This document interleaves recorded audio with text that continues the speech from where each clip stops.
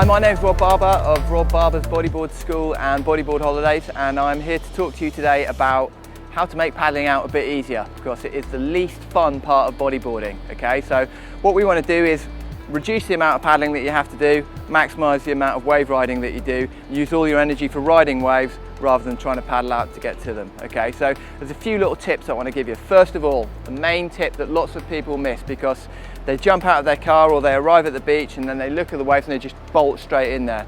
What I want you to do is just take 5-10 minutes, try to get an elevated vantage point, watch those waves and try to pick up patterns of what's happening. Okay, so the first thing we're looking for is the frequency of the set waves. Okay, so those groups of bigger waves as they arrive at the shore, we want to be aware of how frequently they're arriving. So it might be like 2 minutes, might be 1 minute, might be longer, might be 4 minutes. You know, you just got to check it out and time it, and then in between those sets there's going to be something that we call lulls. So that's the period when the wave, where there's no waves at all and it's completely flat, and that is of course when we want to be paddling out.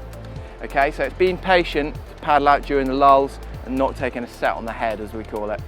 Okay, the next thing you want to be doing is looking at the beach where the waves are breaking. So generally you'll see waves breaking in the same places time and time again, and that is dictated by the contours of the ocean bottom. So most beach breaks that you surf will have sandbanks, and those sandbanks will make that area of water a little bit shallower, so that as the waves come in, they hit that sandbank and then they break from the top to the bottom. Okay, so imagine you had a stack of tins of beans like you get in the supermarket. That stack of tins of beans was moving along a conveyor belt. If there was a lump in that conveyor belt, that stack would fall over from top to bottom. That's exactly like a wave moving in along the continental shelf, hitting a sandbank, and it topples it over from the top to the bottom. Okay, so we want to surf, we want to actually go bodyboarding and ride those waves where those sandbanks are, but we don't want to paddle out there. Okay, we want to paddle out either up to the right or down to the left, so that we're not getting those waves breaking on our head all the time.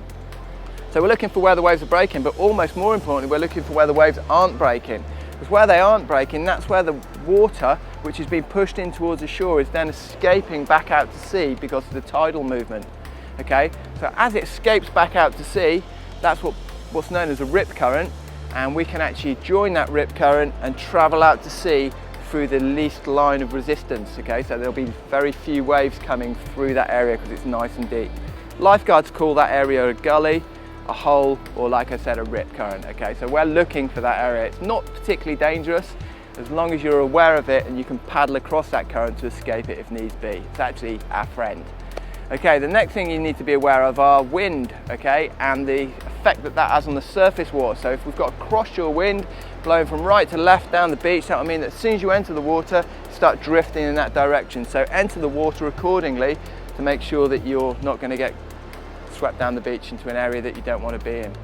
The next thing you want to look at is where the other bodyboarders and surfers are riding. Okay, they'll generally be where the waves are at their best, you'd expect.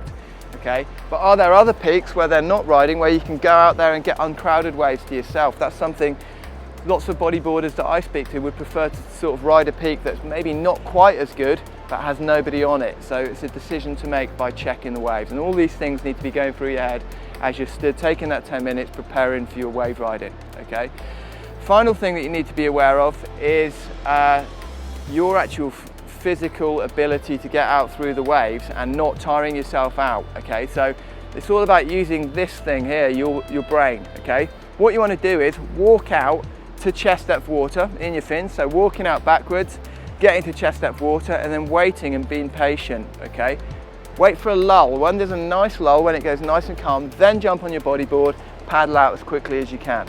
Okay, there's no point in getting to waist depth water, as I see time and time again, just jumping on your board and start kicking for the horizon with no plan at all. Okay, because what will happen is you'll get wave after wave push you back towards the shore, or you'll have to duck dive or go over the top, and all the time that you're doing that, you're getting tired, reducing the amount of energy that you've got for the actual job in hand, which is to catch waves and ride them. Okay, so use your brain, paddle out when there's a lull.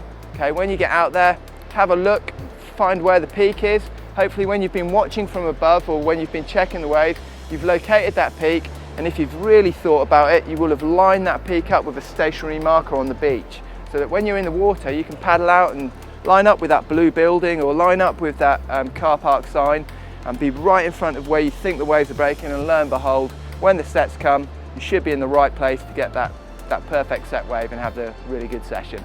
So yeah, I hope that's been useful. Drop us a line if you've got any bodyboarding queries at all, and we look forward to catching some waves with you soon.